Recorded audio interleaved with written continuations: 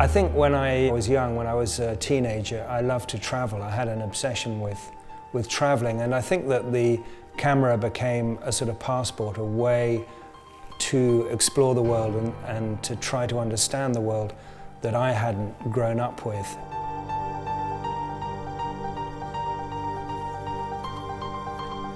That's where my passion began. It sort of took me to different cultures, to different peoples, and to different places. And that's always been with me, that sense of sort of adventure and of walking and of exploring. And the camera was a mechanism for that from a very early age.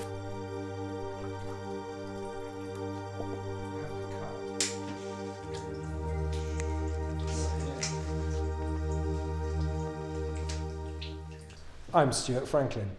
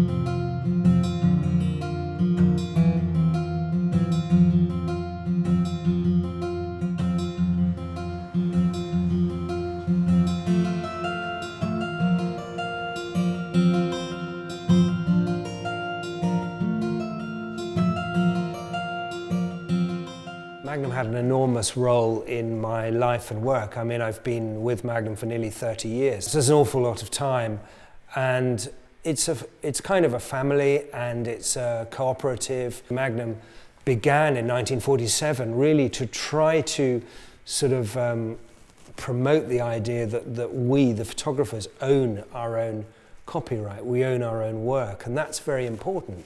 Apart from that, I think there was a great sort of collegiate, and there still is, collegiate atmosphere in Magnum. We share a lot, we're quite critical, we look, and even at our annual meeting at the end of the year, you know, we quite often show work to other people and talk about it, and I think the feedback is formidable.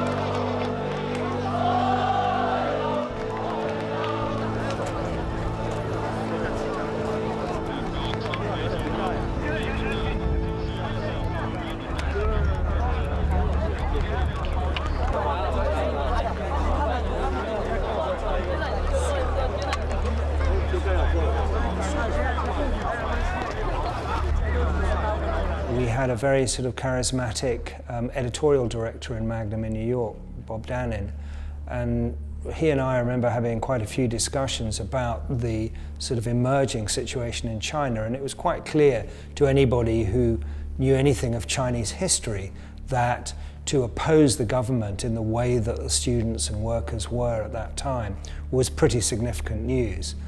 It was very unusual. You know, this is a very homogeneous, cohesive society, and so something must have been badly wrong for, you know, some of the brightest and best of that society to gather in Tiananmen Square and oppose the regime through demonstrations and then a hunger strike and so forth.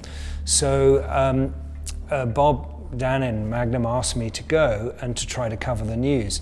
And I started really to try to capture the story as it unfolded in its different ways. And every day was different. I mean, one day I would go to the university where they were printing pamphlets. Another day I would go and look at, a small demonstration being prepared somewhere else, a Statue of Liberty, and so on and so forth. So there are many sort of aspects to the story, but the nearer we got to June the 3rd, 4th, the more the atmosphere changed. When I arrived in Beijing, it was more like sort of a little bit like a rock festival in atmosphere. They were playing the Marseillaise, singing, there was a lot of music, but at the same time there was, a hunger strike going on the side of the square. But then more and more soldiers arrived and the situation became more and more tense and uncertain. There were rumors flying around about the Chinese army or various elements of the Chinese army opposing other elements and so on, and sort of the sense that eventually people would be cleared from the square. So the days went on and I photographed and tried to send pictures back to Paris.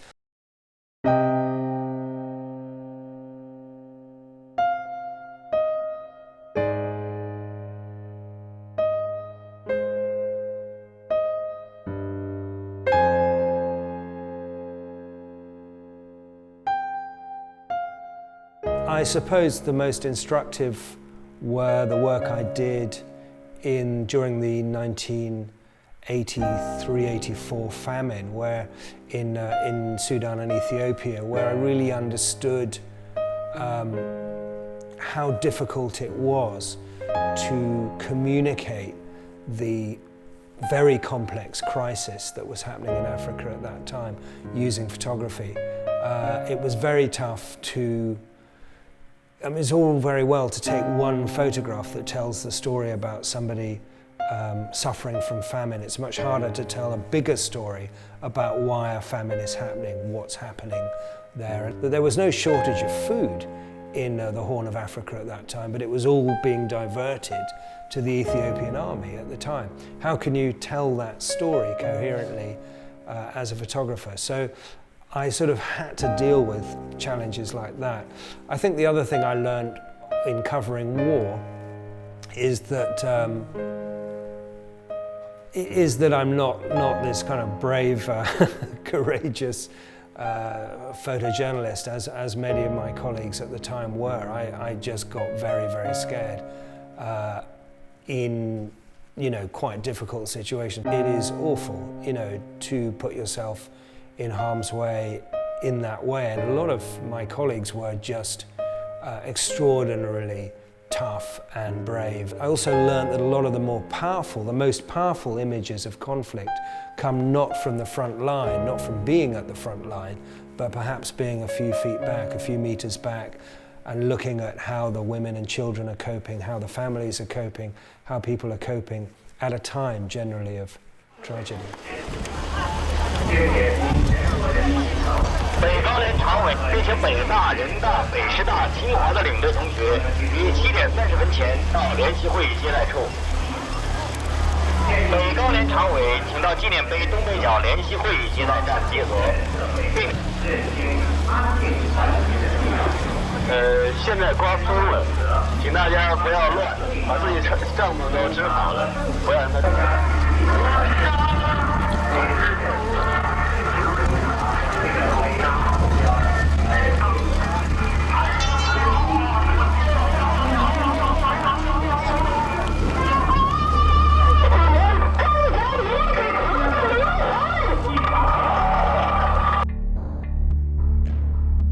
I went back to the hotel and stayed for a few hours in the hotel. By that time, the bottom level, the lobby of the hotel, had been taken over by the sort of Chinese internal security people, and they were sort of searching for cameras, and it generally became very difficult to work after that, and in fact impossible to leave the hotel. So the following morning, I found myself stuck really in my room, wondering when there was going to be a knock on the door, and a whole bunch of people asking for film, asking for the cameras and so on. But anyway, we found a balcony and started to photograph the sort of movement of the tanks coming out of the square from the balcony, which wasn't very satisfactory. We would much rather been down on the street, but we couldn't get out.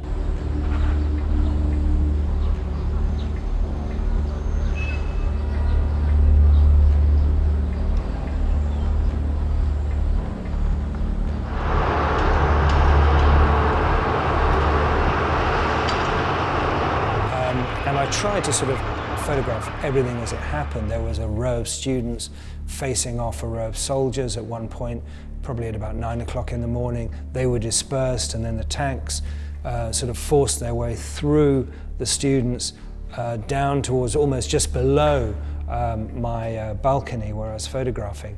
And then, as you say, this lone protester jumped out from the crowd and started remonstrating with the tank driver, climbed on top of the tank, came back down with his shopping bag in images that everybody's seen. I felt at the time that it wasn't very powerful as a photograph. I felt we'd always grown up with the view, I think it was Robert Capa's quote that if a picture isn't good enough, you're not close enough, and I felt a long way away. And I have these sort of strong memories of the famous pictures of the Prague Spring, of the Russian tanks coming in and so on and so forth. So I was a long way away trying to capture what I felt was a significant event. I did manage to do that later in the morning. We went out, we got away, and we visited a couple of hospitals. But so what I did was I photographed the scene as I saw it, the demonstrator coming out, arguing with the tank driver, being sort of taken to the other side of the street by his colleagues, and then the tanks carrying on, moving forward.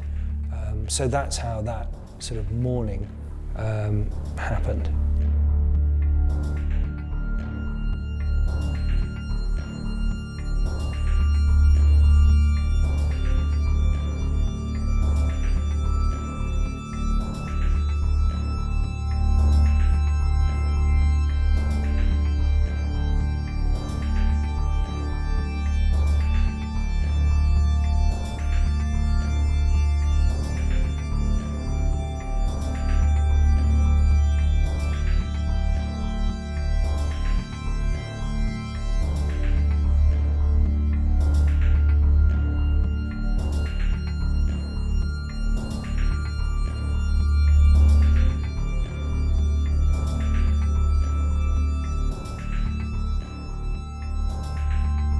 I think that our physical relationship with other people in society, with from our very earliest beginnings in the womb to being babies and young children, moments that most of us have completely forgotten, but our brains haven't forgotten them. Our subconscious hasn't forgotten the kind of our engagement with each other, with our parents, with siblings if we have them. And I think that very sort of physical connection informs a lot of the way we work, and certainly informs the way I photograph. I've recently been working a lot in landscape, and one of the sort of interests for me is to what extent, as to why I'm interested in particular aspects of the landscape, why I abstract in particular ways. I think Merleau-Ponty said once, we see the world through the spectacles of memory. And I think that almost everything I see comes or experience or get excited about, it piques some kind of memory in me in some way. And that might just be a line, some form in the landscape might be the form of, a face or an arm or something. But I think we find these reminders of our memory quite comforting and interesting. So, how's it going? fine, so looking a little bit too contrasty, so I'm taking the grade down just to get a bit more tonality in. Well, luckily you printed this one before. Yeah, for exhibition. So let's just do the beginning. One. Out in the cold North Sea. It's been a glorious day out there. What, today? Oh God, yeah. 25 degrees. So when was this taken again? This was quite some time ago. 1987, I think. Yeah? Yeah.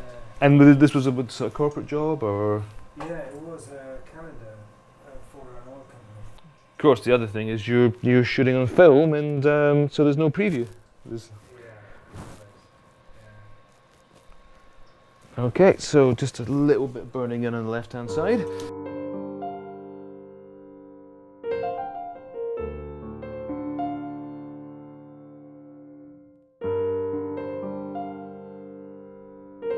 The atmosphere, the sort of mist sort of coming off.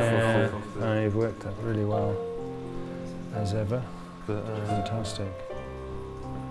Yeah. you didn't get as far as going in yourself, did you?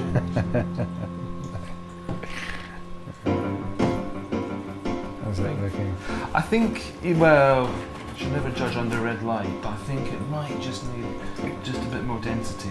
Yeah, it's working. It's a lovely print. Well, at least it looks well. Get the lights on. You're never allowed to judge under red light. No. Lights. Okie dokie. What do we got here?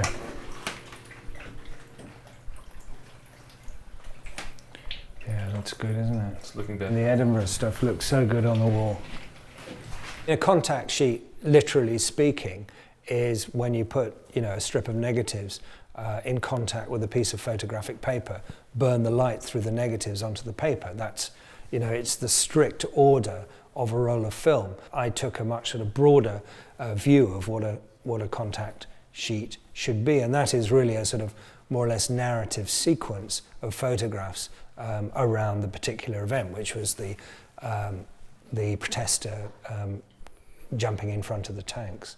So the whole contact sheet traces, the journey of the tanks down from the square. You can see the square, you can see the line of protesters, and then you can see the events as we know at the end. Television killed photojournalism in the print journalism sense of the word, virtually. I mean, it's still, on life support, but it's basically sort of dead, in my view. So I suppose what television killed to some degree was the photo essay, the long run of photographs. And what we're talking just now about is the single photograph of a man defying the row of tanks. I've said in many interviews before that it was television that made that photograph, if it is iconic. It was television that sort of got people engaged with that sort of ballade, if you like, in front of the tanks.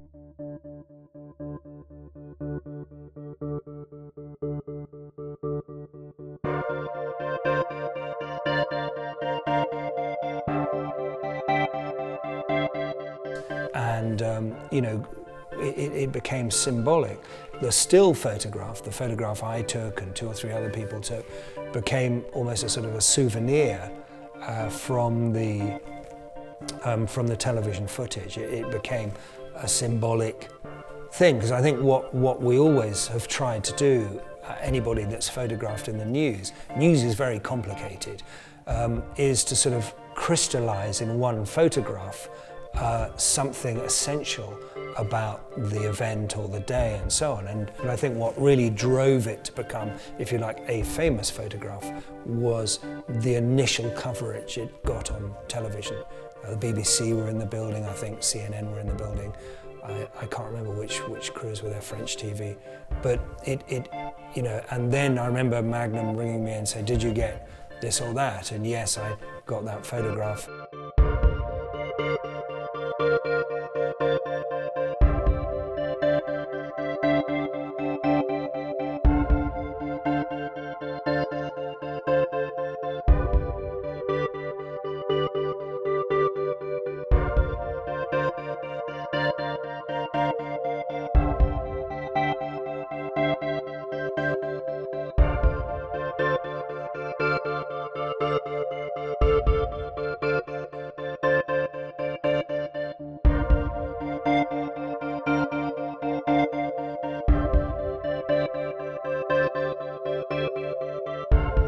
I'm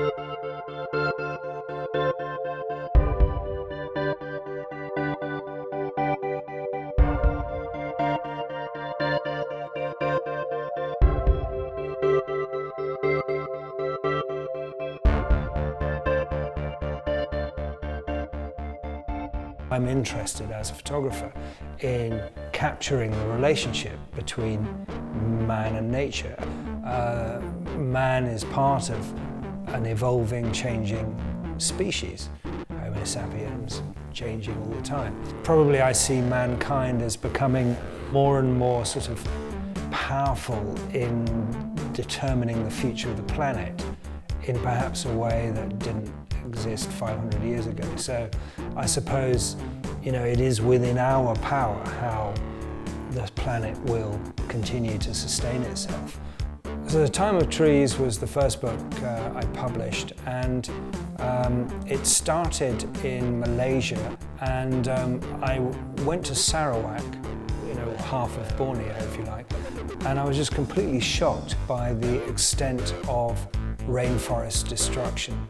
I took light planes up into the sky, and I could see that where even the Malays were saying there was forest, there was none.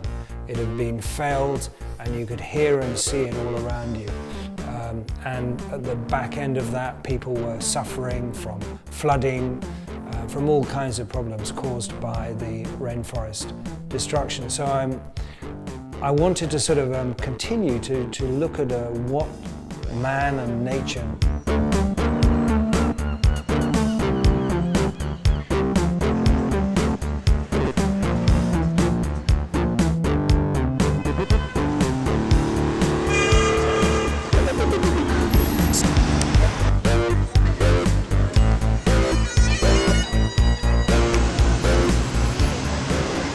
I'd been fortunate in that during my sort of 15 or 20 years of working with National Geographic, I'd done a number of urban stories, some on mega cities, some on smaller cities, and so on and so forth, that I was able to sort of piece together this jigsaw, or at least answer in certain ways this question, you know. And I think my conclusion was that cities are, you know, are positive things, and for us, for humans, they are sites of opportunity, and also for invention, you know, and for innovation. You know, a lot of the things that we create and innovate are made in cities. So I've always held that view that people are always trying to better their circumstances.